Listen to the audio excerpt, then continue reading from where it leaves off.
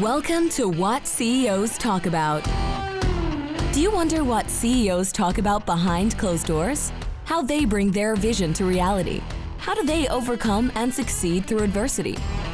We share that and so much more with each episode. Now, let's get started with the show.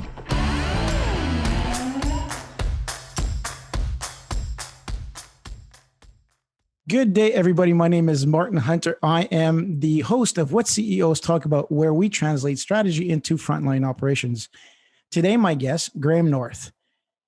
I am not going to give his title. We're going to play around with it. Today is all about branding and marketing. And for those out there who are listening, trying to make making sense of brand and marketing takes a lot of neurons. And Graham was voted Strategist of the Year for, Graham, take us through it. It's Campaign Magazine is an advertising and branding magazine online. I guess, and also in print. That was Strategist of the Year for North America. Congratulations. So thank you. So today I am super excited because I've sat down with Graham in a brand camp, and we'll talk about, so it was a mini brand camp, and Graham's ability to leverage words and get a POV, which is a point of view, was just amazing. So thank you very much for being on the show. Graham, much appreciated. Thanks for having me. So what is, again, I usually introduce people, but then again, Graham's kind of situation is a bit, there's a branding issue anyways. So what is your official title? What do you do? Where do you live? Give us the spiel. Yeah, so it's very complex, and you're right, a branding issue because it's all over the map. But I'm the CEO of a brand consultancy called Weekend, which is essentially the hypothesis was originally, crack your brand in a weekend and show up and figure it out. And so we run a lot of projects through Weekend that are related to both like brand education and also brand consulting for C-suite leaders. And I'm also the head of Brand Camp, which is a very specific process that we can talk about for an agency in San Francisco called Goodby Silverstein Partners, which is the Jeff Goodby and Rich Silverstein, who founded it, are famous for having written Got Milk, amongst other kind of legendary advertising campaigns. They do kind of 4 or 5 Super Bowl ads every year. They actually did the masterclass for advertising on masterclass.com. And so legends of industry, and I'm lucky to be able to work with them and work with their clients to do that same kind of brand therapy. So Graham just spews that out as if it's nothing, but GSP is, I mean, you think of a North Star in branding and marketing. I mean, you look no further. So congratulations. I mean, just not on top of being Strategist of the Year, but being accepted in such a pristine firm and organization. Congratulations. Thank you. For those who don't know it, he's from the East Coast. He's from where we come from, Nova Scotia. So proud down home boy as well. So that's right. That's right. Yeah, that's right. There's not too many of us who make it too far out of the East Coast because it's an amazing place to live. But yeah. where the front door is never locked and you can always come into somebody's kitchen and have a beer. So exactly right. Exactly. Even if they're not there. That's so funny. What is, like all of our guests, today is going to be super exciting. What is the title of the show? What have you picked, Graham? So basically, in the spirit of points of view, the title is a point of view in itself, and it's that it's your brand needs therapy is the title. And that is because I think, especially given the current context, there's been a little bit of a movement of self-reflection that, advertising's dying and your brand is being built from all kinds of different factors where people are consumers or even your employees are kind of seeing your brand differently. And the kind of idea behind Brand Camp is that to get to a nice, sharp brand strategy that gets an airtight alignment around positioning, around your consumers getting it and being able to kind of sing about you from the rooftops, and even in terms of informing your product strategy or your innovation strategy, you need to make trade-offs. And so brand therapy is all about that idea of getting into a room, having uncomfortable conversations, making some trade-offs together to get to a sharp place. And so, yeah, that's kind of something that we at the Brand Camp team believe very strongly. So what is your textbook definition of brand? Two questions. So that's the first one. Second one will be, what's your definition of a brand? And keep it as objective as possible as you can. Right. So what's the Webster definition as you think it? It's a great question, and ask 10 people and you'll get about 100 different. I was going to say 12,000 different. Probably a big part of the problem, but I think the textbook definition, as I think about it, is that I guess it's probably best to start with what it's definitively not, which was what a lot of people get wrong about it. People think of brand, they immediately jump to particularly the visual manifestations of it. So things like logo, typeface, design, that's what 90% of people think about. And a lot of our, especially startup clients kind of fall victim to that. The textbook definition is probably something like brand is the collective sum of all of the perceptions that people have about you. So every interaction, every experience, every kind of moment, and that could be anything from, you giving a TED talk to the typeface to, a bad customer service experience. All of those sums people put together, and that is your brand. And the critical part of that truth, which I think is something that not a lot of people get, is you don't actually have control of your brand. You can control factors and try to influence it, but at the end of the day, and I guess Jeff Bezos likes to say, your brand is what people say about you when you're not in the room. And that's fundamentally the truth of it, is that you don't get to control the narrative any more than you get to control your reputation as a person. And so I actually really like to use that kind of brand as what people say about you behind your back. And then I'll give one more definition that might be a helpful source, and this comes from Jeff Goodby. He's said, brand is the creation of little reactions in people's heads. So there's something nice about say that again. Hold on, say that again, because I need to have all my neurons firing on this one. Say it again. Yeah, it's brand is the creation of little reactions in people's heads, which I love, because on the one hand, if what Jeff Bezos is saying is brand is what people say about you behind your back, there's a sense of helplessness associated with Correct. that. Like, I can't control what that is. And what Jeff says, which is a little bit more active, is, well, you can control what people say about you behind your back by creating these little reactions, by firing off these little emotional connections that are thoughtfully and intentionally built. And so anyway, there's something very empowering, I think, about that truth, where, Bezos is right in the result of a brand, but you can still control it by being deliberate and thinking about the holistic experience of what your brand is building for people. So you beat me to it, saying, okay, a lot of people say, well, some people will say, try to focus so hard on the logo, move the, 12 degrees west and do this. And, that's a representation of this. People don't give a shit. They really don't. Totally. Until you watch that YouTube video and then it says, oh, what's the brand behind Amazon is a smile that goes A to Z. Oh, that's great. It's not driving your decision to purchase from Amazon. 100%. So like one example of that I think is like a very clear one to a lot of people is like Uber came out with a series of different things that were meant to be building towards, revolutionizing the way that the cab industry works. And so it came out with this idea of a tagline of everyone's private driver. It was an all black, kind of a brand identity system. There was really a sense of this. And at the beginning, it was very much true.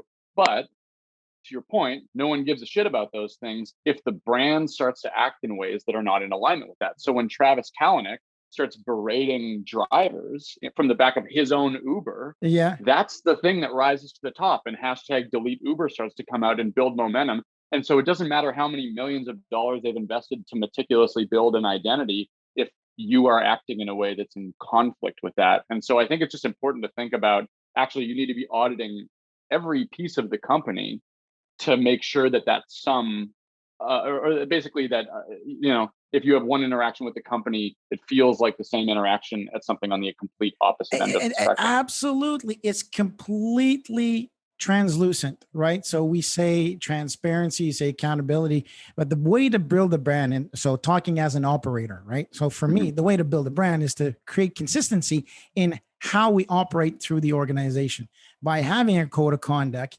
that everybody abides by, regardless of where you're at.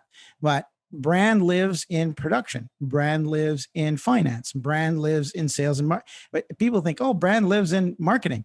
Yes, you might own the process, but you're not, you're the one that, well, marketing is the creative component of how do we become creative, because operators, we tend to focus on numbers and digits and widgets. And we're really focused on, hey, let's get this shit straight and make sure that it's built that way. But when you have somebody who can have that, how do you represent an image or move emotion to reflect a purchase, then go through and follow through, kind of like golf. I don't play golf, but you follow through with the rest of the operations. That's your brand. Like you said, you act, and the word acting is critical, I think. Sorry, we just went right into it.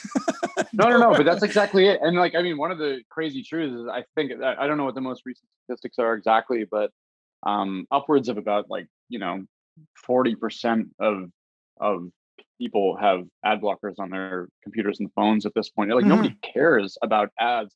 And so the relegation of brand to the marketing function is from a time gone by that doesn't exist anymore. And so the truth is, and I think this is where the brand therapy piece really comes to matter, especially now, is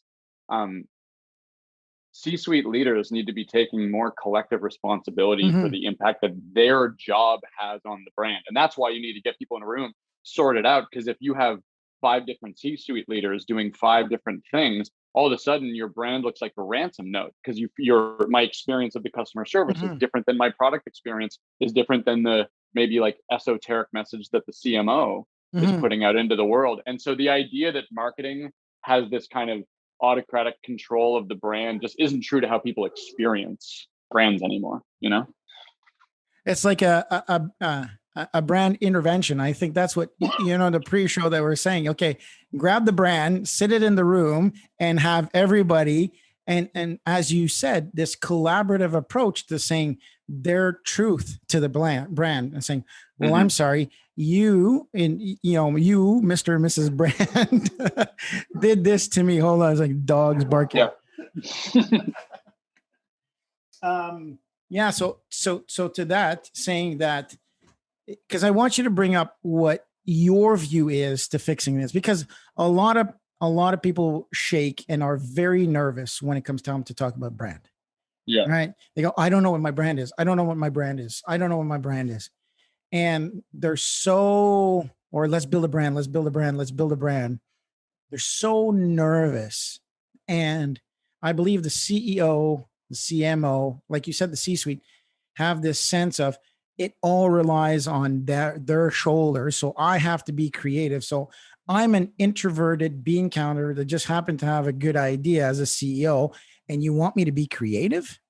And I think first of all, the pressure associated with it is, I think, completely fair and valid. It's just the way that people interact now with brands, that you're feeling that pressure, and the pressure to control the narrative. And so the idea of that being there is fair. I think the thing that I think you're right in saying a lot of CEOs are kind of and that's why they relegate, all of the brand to the marketing department. And be like, well, I'm not creative. And I think actually, while traditional advertising demands creativity because it's built on a surprise, and actual brand building is not built on surprise. It's built on honesty and authenticity. And so when you have these interventions, like you said, the burden isn't, hey, everyone put your creative hat on and let's treat this as like an improv class. It's about going deep enough to be honest about what this brand is and what it isn't, just as critically, which people aren't ready to do. A lot of people want their brand to be for everyone, or they want their brand to be everything. And so the burden of pressure shouldn't be about how creative are you. It's how honest are you willing to be about what this thing is and isn't. And when you can get to that, then you can start making trade-offs together. And so a lot of the approach that we take in this kind of intervention space is to use, first of all, we do a lot of research in advance because we want to make sure that the thing is rooted in truth. But then we provoke this leadership team with a series of different kind of uncomfortable truths that we've surfaced, whether from consumers or internally amongst each other. And we kind of provoke the room. And it's not creative at all. And that's why we call it therapy. And that it's just as much therapy as it is strategy, is it's just raw.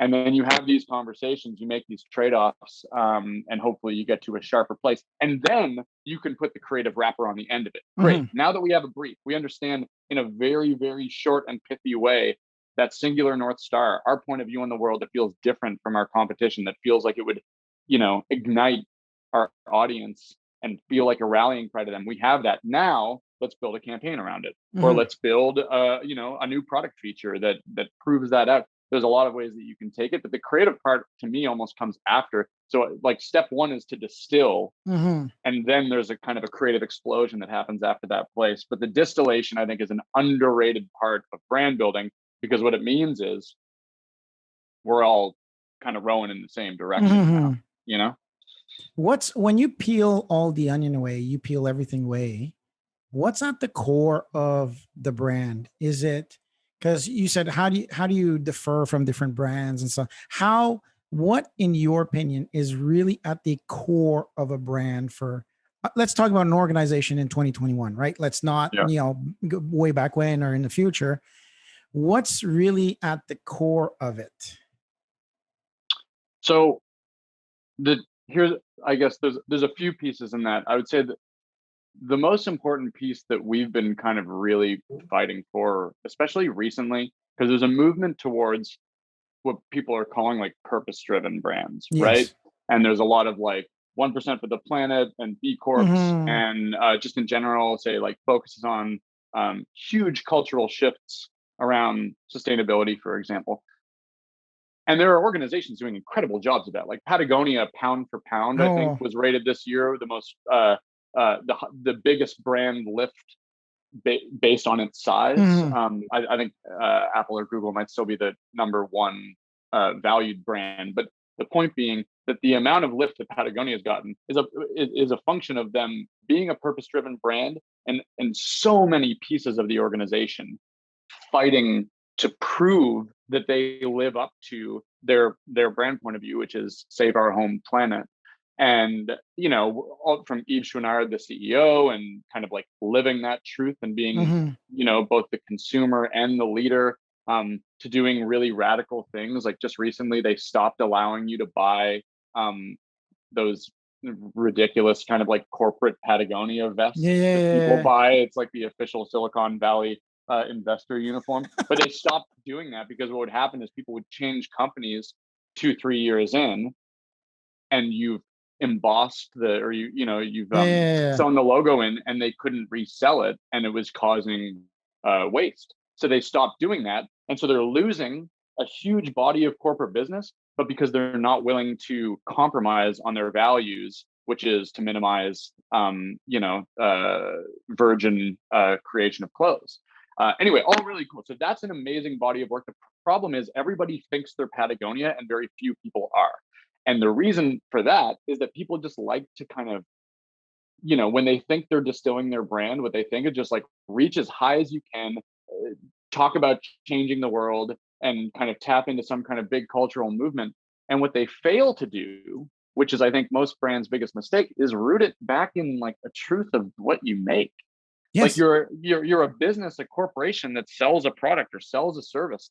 And actually, the best brands that we work with are ones who are self-aware enough to distill a truth of that product or a truth of their business or a truth of the consumer that they serve and elevate that. So you're only ever one click away from the business itself. Now, Patagonia is amazing because it's a brand that both does that and can reach for this. It can have a foot in both worlds. But honestly, I think, yeah, basically, a long-winded way of saying the answer to your question is making sure that your emotional truth is rooted very firmly in like what you actually do is one of the most important factors, because it means that it's coming from an authentic place. Otherwise, you end up coming across like an oil company that pretends like it cares about the world and has some CSR initiative that is trying to talk about the work that they're doing, but fundamentally it's in complete conflict with the core business.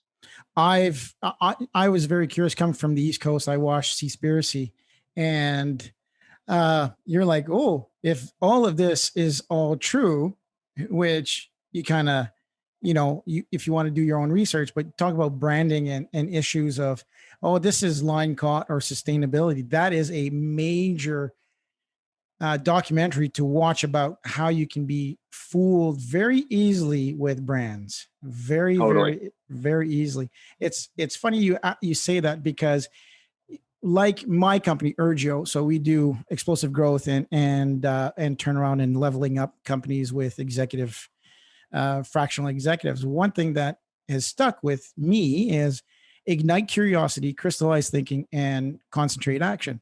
So I was asked, what's your purpose? And I tried to kind of realize that those are three very actionable brand promises and core values, to which if I go into a company and I permit an organization to be more effective, to eliminate waste, and to be more productive and create a culture of singularity of purpose, the culture goes up, the improvement goes up. And therefore, if I can make a leader be more liberated and the organization more liberated, that's my just cause. That's my purpose.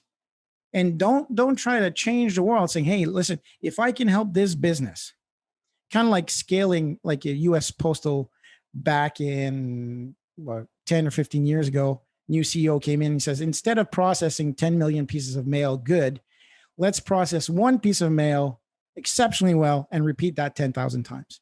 So I think that and its key of quality over quantity rings true in whatever quantitative statement you want to put out there. So when I go in, I want to make sure that from the CEO to the frontline operators, everybody is curious about what they do. So they challenge the status quo. They crystallize the thinking, meaning that we can eliminate as much static as we can. So let's stay pure to what we do best. Right now, you can go in different ways and work hard to do something best, but let's stick to what we do well. And then lastly is concentrate your action, is to automate as much as you can to be able to really focus on delivering the best quality product for the best price. Also is to be not too much profitable or not too less, just at the right amount of profit that sustains and creates prosperity for the organization and the people with it. And so, I mean, that took me 11 years to get there, but maybe 9. But I love to me, like singularity of purpose is a really eloquent way to frame that up. And it provides that sort of concentrated playbook for everyone, right? Or even to some extent a rubric. What's hard, and you kind of alluded to this earlier, is that we are very tied. Basically, the more important you are, the more that your personal narrative is tied to your professional role, right? So we were having a barbecue yesterday, and even you try to avoid it, but people end up asking, of course, what do you do? And then people start talking about what they do, and that conversation is a far more revealing understanding of brand, for example, or singularity of purpose, because people are tying their own identity to the company. Now, to get to singularity of purpose, which is what this whole brand therapy thing is about, means in some cases reconciling that 5, or in some cases 500 people might have different answers to the question of Ooh. like, what do you do? Which then all of a sudden it requires me changing my barbecue story to align on the singularity of purpose. And I think it's an underrated barrier that we face, because it's like, it's a really hard thing to overcome. These are like, some people have these like autoplay buttons to Yeah. answer that question with. But ideally, what you actually want, and a really good litmus test coming out of, a leadership brand strategy, project is, are we all pretty close to the same answer? And do we Mm. believe in our hearts that that is the answer? And so what we always talk about, what we talked about, naming our agency Mirror, because we were like, at our best, all that we're doing is bringing everyone into a room together Hmm. and kind of flashing a mirror up so that you see yourself in a new light for the first time. But all of you have this kind of collective epiphany that's like, Hmm. yeah, that's us. Save our home planet for Patagonia. That would Yeah. have been a moment where it's like, we've been working on this for 30 years and you've just crystallized a point of view that represents everything about what we believe. So anyway, it's a really good test to be able to go. And we often get at the end of brand camp, we'll get people to rewrite their job descriptions to kind of have a from to and say, okay, well, this used to be my job Oh. description, but what we all should be doing is like, if all of us are in service of this brand point of view on the world, or of this kind of crystallized singularity of purpose, as you put it, then, well, geez, that kind of means we probably need to rewrite the way that we think about our jobs, which maybe changes that backyard barbecue conversation, It's I lived a similar moment with BNSF Railways. So we were working on safety for BNSF Railways, and their vision statement was to move the trains, blah, blah, blah, blah, blah. I can't remember. It's like, you could not, Yeah. absolutely not. And by doing this safety exercise of really saying, hey, the CEO back then says, I want to reduce the numbers of injuries that we're faced with. I just want to do it. And everybody was like, safety first, blah, blah, blah. And they came to realize, and together we came to realize that it wasn't safety first. It was about safe production. It's about being able to show up at work every single day that you're called upon so that you can repeat the process. Therefore, if you work consistently, then you're going to have prosperity. And therefore, if you replicate that on everybody, so if you centralize and scale everything away, you know, move the train safely. And they came to realize that a conductor and an engineer, because there's no more brakeman, there's no more caboose for those people who don't know the train industry. There's only two guys, or a guy and a girl, or two girls, whatever, in the train. And when you unite them, just like in an airplane, they came with the new vision mission, the vision statement of saying, moving product safely with trains, or something like that, moving trains safely. And just by doing that exercise of what do we do on a day-to-day basis with a conductor and an engineer, the lowest common denominator, if you want to call it that, within the organization, they focused on that and they say, well, that's what we do. So it just went, remove everything off the top. Let's put that at the top. And that's our new vision statement. And therefore, the brand of BNSF has got a long-standing history, and it's not as easy to change, 41,000 employees, but that since 2019, that's been the way of thinking how they do things defined who they were as an organization from the lowest common denominator. So I Mm, truly and honestly agree with you that it's not a top-down decision. totally. And it's what's interesting about that too is that I think a lot of people think that they've done this work already because they have a mission statement. And that is a really dangerous assumption, because most people can't name mission statements of the companies they adore, and there's a separate body of work. It's one thing to have a mission statement. I'll give an example. We did some work for this amazing startup. It's not really a startup anymore. It's IPO'd, and it's a really big multi-billion-dollar company now. It's called One Medical in the States, Oh and yeah. yeah, so they essentially had come to us because they'd been relegated to being like the spa of doctors' offices, because it was a really nice user experience. But they were, fundamentally a bunch of all of the former leadership from Stanford Health, kind of came and we're building this incredible system for revolutionizing primary healthcare Mm-hmm. in the state in the U.S. And so anyway, the mission statement, which was extremely valiant, was to democratize healthcare, primary healthcare through advanced use of technology and all of these different things. So a bunch of pieces. I can't even name it because it was so long, and it was ambitious. It was good for the world. Ambiguous too. Yeah, but that's the thing, is that it was all good things, except that even the leaders couldn't repeat it from memory, let alone their employees, let alone the customers who are engaging with them. And so that's a great example of a company that's doing all the right things, that has an incredible mission statement, but it's still lacking that singularity of brand. And so we kind of went through and we did this kind of research and therapy discussion.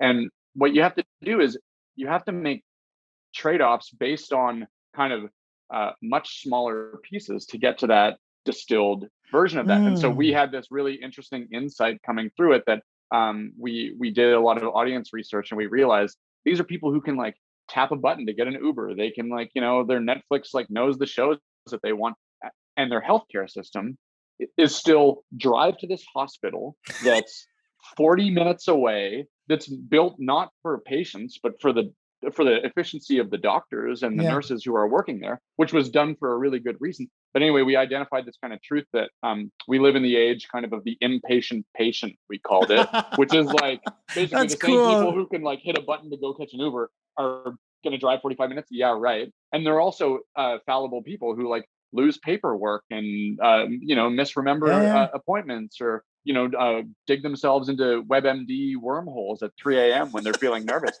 And so the whole premise of One Medical was, well, healthcare is only as good as its ability to serve real people in their real life environments, in their imperfect or impatient environments. And so the brand point of view just became very simply real life care. And it was about hospital or doctor's offices that are located across the street from your work instead of in a suburb 30 minutes away. It's about on demand, the technology piece from the mission statement was about the ability to call a nurse at 3 a.m. if your kid has kind of a fever and you're worried, but you don't want to pack up the entire household to go sit in an emergency room somewhere. And so that idea of healthcare that is built around you instead of the other way around has revolutionized their brand. And they had a massive IPO as a function because it felt like it was different. And then when you start to see it manifest,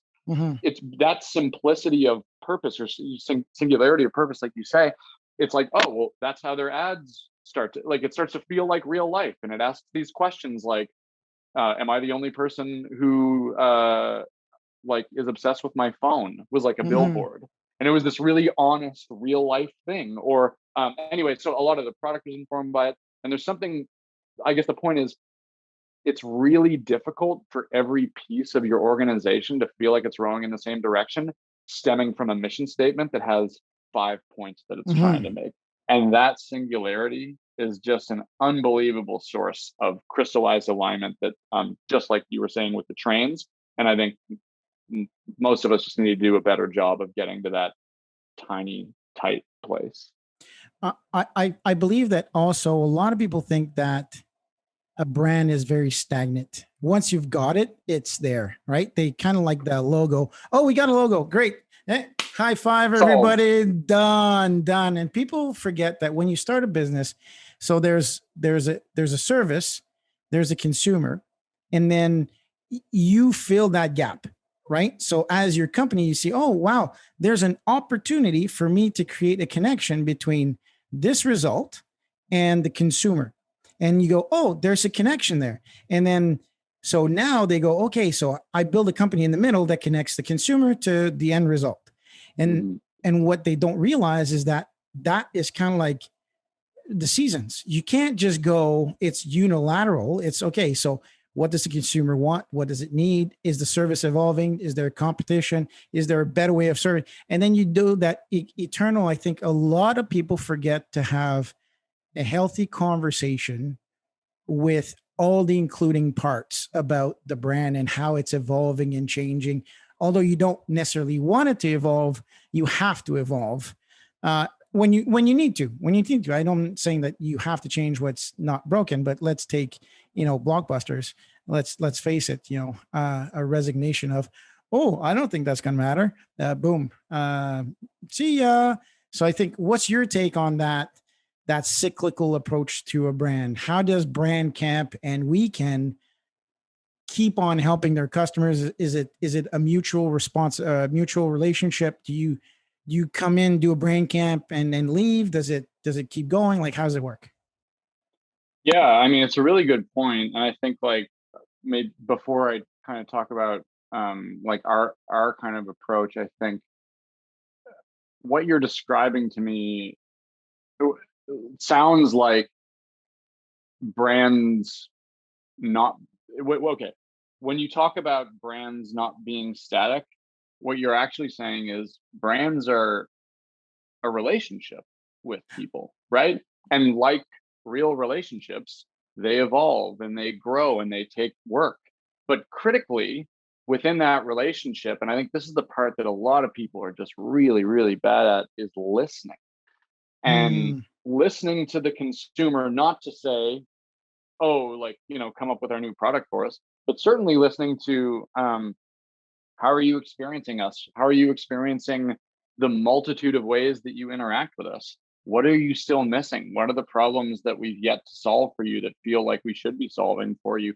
And then in the spirit of how do we help force that listening.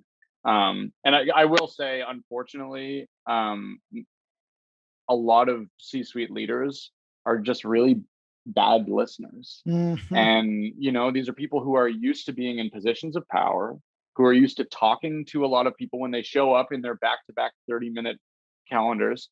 They are responsible for giving feedback and not listening. And so there's a real exercise in humility for C-suite leaders as part of the brand building exercise, which is to just be a better listener to consumers, to each other, to make concessions amongst each other as to the center of that. And so in terms of how we operate, we facilitate that. It is more of a SWAT team kind of, we drop in, have these like, month-long engagements and then leave. I consult on the side just to help people work through kind of the processing of that overall. And then we have actually had folks who basically will do a brand camp for the most part, we only work with brands who are in kind of sort of a moment in history for their company. They're at a pivot point, and we hope to redirect them for, it's impossible to say a shelf life of like infinity, because to your point, the world changes so much that you can't set a brand purpose for the rest of your brand's existence. But we try to set it for sort of like a 10-year lifespan, at least, something that you can invest in. And then sometimes we have people come in and you almost do a bit of a refresh to be like, okay, well, the world has changed enough over time. How can we do an even better job of that evolution that you're talking about? But at the core of the whole thing is the humility to one of the philosophies that we use inside of Brand Camp is listen like you're wrong. And so there's that idea of still have an opinion. We want to provoke. And so we're really provocative. Obviously, all of the C-suite folks that we work with are. And so the point is, argue like you're right, make that point, and then listen like you're wrong and kind of seek to be proven wrong, because that's where all of the magic and the epiphany is the concession and the change of your own opinion and the sharpening of something that you thought was right, but turns out there's something that's even more right. Yeah. Like my Scottish grandfather, thick brogue accent. Hey boy, you got 2 ears and one mouth for a reason. You should listen twice as much as you speak, and when you speak, filter. So shut up. It's such a good point, and I think it's like, I do this weird thing sometimes where I'll kind of like ask questions to all of my favorite sort of brain trust of people in my life, and I'll distill the findings and share them back out with everyone. And so I did this a couple of years ago, and one of the things, one of the questions was, if you could sit down and have, a minute to tell every CEO in the world something, what would you tell them? And one of my friends wrote, spend more time with end consumers. Mm. And it was just such a simple thing. And yet I still think that we all go, and we're all guilty of this, where I'm just too busy with this meeting and that meeting. But if you're not in touch emotionally and from a lived experience standpoint with the people who are the end product of this whole thing, you're going to be out of touch when you try to build the brand. And so that's just I mean, and that we said CEO, but that could apply to CMO, it could apply to Oh, product, I mean, the whatever. parents. I mean, you get Totally. parents that tell me like, how come your kids talk to you so much? Is because I've been asking my kids how they are since the day they've been born. And so, how was your day? What'd you do? Asking deep questions. In every company we work with, we formalize a downward up. From my time in Japan, Gemba Kaizen, Gemba meaning ground and Kaizen improvement, is to say we are there to facilitate the workers. So your job is to go to the front. And we did that with Tyson Foods, is everybody get out of your office and go down to the floor and ask questions and really pay attention. How can I facilitate your work? Because I've got the authority to make changes. They've got the insight because they do it repeatedly over and over and over again and say, okay, what are we doing? How can I help you? We've made improvements, minuscule improvements that made a financial impact over time because of consistency that were in 6 to 7 digits. Like just from Crazy. the general manager of a plant listening to and say, what do we do? Right? So we do this. Hey, boss, can we change this for a little bit? Okay, sure. How much is going to, and then you got, improvements. I think you are absolutely correct in saying, including everybody into the conversation for really defining who you are and your core values, because who we are, like you said, right? When you get stopped and you say, what do you do for a living? And if you're C-suite, you go, oh, I'm a CFO, I'm a CEO, I'm the CEO of. Yeah, that defines the function, but it doesn't define what you do on a day-to-day basis. And the impact that you are trying to make, or that correct. the company is trying to make, and your role in what is meant to be a non-trivial amount of impact, that your role is making at that level. And to be able to articulate that, I think is just, we don't think about that enough. And then it's not a daily reminder in terms of the way that we bring intention to the role on a day-to-day basis in each of these 30-minute meetings that are like, okay, well, am I doing that, or am I just allowing a sort of sense of autopilot to unfold related to my role? Yeah, I mean, we can go deep into this because I think there's a lot of self-confidence issues in regards to that as well. Ensuring that, oh, well, I don't do much, right? So, well, if you're improving I make big pens. Okay, well, big pens, where do they go? Big pens they go to Africa. What do people buy to give when they go to places where literacy is not a big thing? They buy a big pen. So everybody knows what a big pen is. And I'm sure that there's more big pens that are bought from, Western countries brought to, developing countries than any other pen. And I'd have to look it up, but I'm pretty darn sure that I'd be pretty close. So let me ask you a question. If you had 10 minutes to sit down and ask questions to anybody that has lived so far, who would that person be? It's a really good question. My my hunch is always Larry David, but I know that has no bearing on this discussion. I just think that his point of view on it would, if nothing else, be good for a laugh, but also probably an unexpected perspective. It doesn't have to be somebody public. It can be somebody private as well. That's actually a really good point. I would say, we're the day after Father's Day, and it's the 15th Father's Day since my father passed. Oh, I'm sorry, and man. So no, it's totally cool. He was an amazing guy, and it's one of those things where I was 21 at the time, and it was quite sudden, and so exactly by the time that you're 21 what somebody's value systems are and how people act in certain situations. What you don't know is the degree to which the world is changing, the degree to which you as a person are changing. And anyway, so I'd be so curious to ask him just questions about a variety of different things related to just sitting down and kind of like, unpack, like to have a beer and unpack that sort of thing. To be honest, I was thinking about it just before the call, the degree to which he actually informed my trajectory, and it was completely subconsciously. But he was a mediator. He was a lawyer for a long time, and he basically left his law career later in his life to become a mediator, to essentially like sidestep the bureaucracy and resolve conflicts the old-fashioned way, which is get people in a room and like, why do we need the court to do this? Like, can't we just like sit here and sort it out?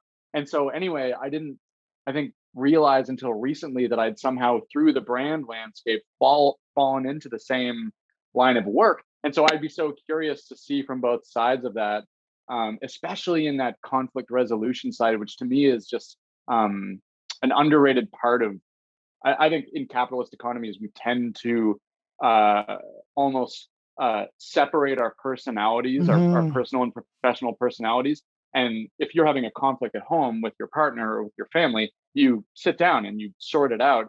Yeah. And we have this ability to kind of ignore that or think that we can kind of rationalize our way out of it. And I think we underestimate the power of conflict resolution in corporate environments to get to better productivity, happier workplaces, singularity of purpose, everything that you're talking about. So I'd be so curious to ask him an approach that I'm sure would look very, very different than mine, but it'd be really, really interesting to see. Wow. I mean, it's defined.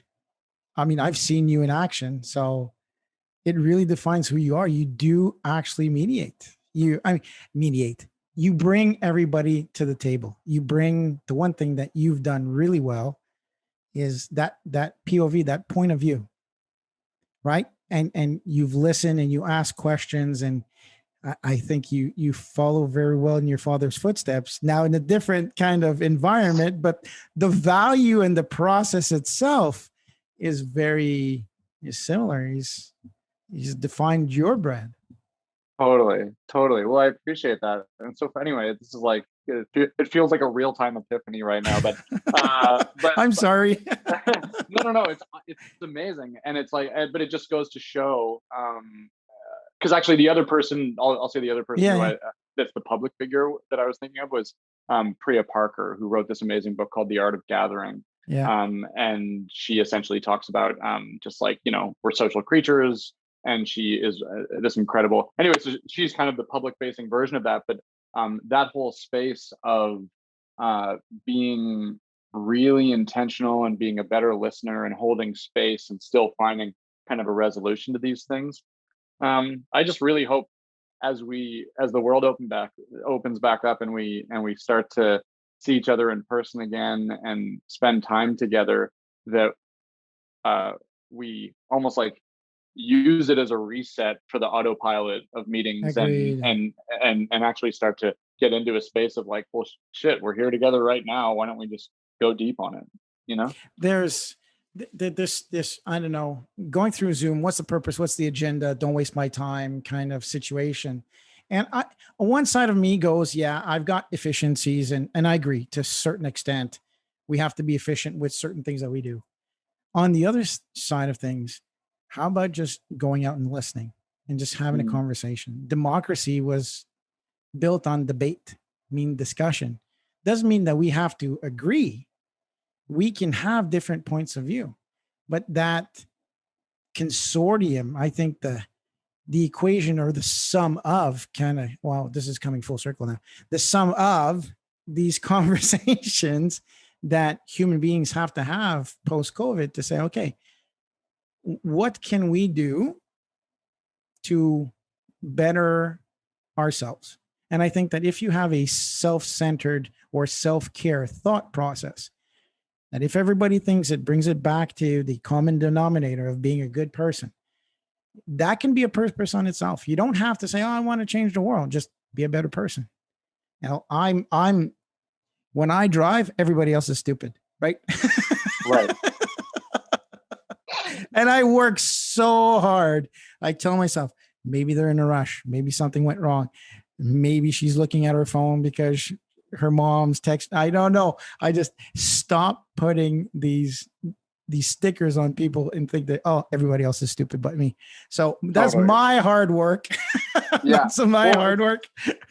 There's a silver lining to that, though. We were joking about this recently, how because Zoom screens kind of act a little bit like this. So we've been joking that like remote work or video conferencing through Zoom is akin to the car windshield, in that there's the way that you act in a car, because you're separated by a windshield, is absolutely ridiculous. If you were in an elevator with somebody saying the same things that you say, you never would, but you feel safe, right? And so I think actually what's interesting, and we found this because we do a lot of, as you can imagine, for the process, we do a lot of these kind of like one-on-one anonymous or anonymized stakeholder interviews with, say, the C-suite that we're working with. And there's something about that Zoom screen, or what we call living room honesty, where you're sitting like you're in your comfort zone, sometimes in your comfort pants or whatever, and you will say something that you wouldn't have said to your therapist, but you're just kind of here and in the space, and then what we get to do is strip your name off of that, bring that into the room, and it lights a fire in the room because it's a really intense. But that's exactly like the beauty of it is that, okay, we've taken the burden off that person, and so we get to react around together. But one of the things that we've been saying is, hey, when we go back to the office, can we all like try to bring more living room honesty back into the muscle memory of corporate walls or whatever? Because there's something about that honesty that you're talking about, even though you're saying, obviously the downside is being in your car and judging other people. At the very least, you've spoken your truth. And that's something that we're saying we don't necessarily do enough. So anyway, I would encourage to bring that back to the office when we can. Oh my goodness. All right. No, well, I think we've covered it all. I mean, I've asked you all the questions. I think we've come full circle. The biggest piece of, usually I ask one of the questions is a big piece of material that defines you, who you are. But I think we covered that with the book as well. What is I don't want to say, what's the sweetest place that you could think of in the next 24 months that could happen for brands as a whole across this planet? What do you think that is related to brand that could be very well, if you were to say, hey, if everybody listens to that one piece of advice, I'd love for this to happen. The world would be a better place. Your company would be a better place. You'd be a better place. What's the one thing that you could tell brands? Do this. I just go back to listen like you're wrong, Okay. as a rallying cry, because I think that whether you're talking about customers and having the humility to hold space, we take a lot of inspiration from like Humans of New York and the empathy of those stories, and holding space for people to speak their truth in ways that don't typecast them as like busy millennial moms or some horrible audience mindset. So genuinely listening to customers as though they are right and you are wrong, to get to know them, and then listening like you're wrong amongst each other, and starting to make, because the key here is when you talk about therapy, or when you talk about, say, collaboration, or when it's not about lowest common denominator or washing down, like making, like a lot of times brand strategy companies will use these like bullshit frameworks where there's a box to fill everyone's point of view, and you end up with a triangle or a house or whatever these things, and where everything shows up in this big framework, and you haven't made any trade-offs together. You've just listened to everyone, found a place for everything, and called that a brand. That's why we get to this sharp point of view that we're talking about, is actually, you don't need a giant house of frameworks. You need to make the trade-offs to get to that one sharp place. And so again, that advice of listen like you're wrong actually allows you to get in there, have those tough conversations, but not allow everybody to be right, because some people aren't, or some people need to evolve their thinking. And so I think that, to me, more listening, and then more intentional spaces where listening can happen, will make every brand better, and frankly, every organization better. Thank you very much. Thank you. Thank you for an intense hour conversation. I could go on. I think we could go on for a little bit longer, but for the benefit of our listeners, I think everybody's going to be exhausted. Going, that was a hard one. All right. Yeah, have a drink. For those who are listening and not watching, Graham and I were comparing some aloe plants we both have aloe plants on our shelves. So we're comparing aloe plants. I love aloe drinks. Well, anyways, with that being said, Graham, thank you so very much for your insight, for your participation. Like always fun to chat with you. Awesome. Thank you so much for having me, Martin. That was fun. Thank you very much. With that said, my name is Martin Hunter. I'm the host of What CEOs Talk About. And I will not forget to please my marketing team by saying, please like, subscribe, and all that stuff that Chef did do. So thanks a lot, folks. Enjoy the show. Bye-bye. Thanks for tuning in to What CEOs Talk About. Make sure to click subscribe to get notified about future episodes, or check us out at www.whatceostalkabout.com.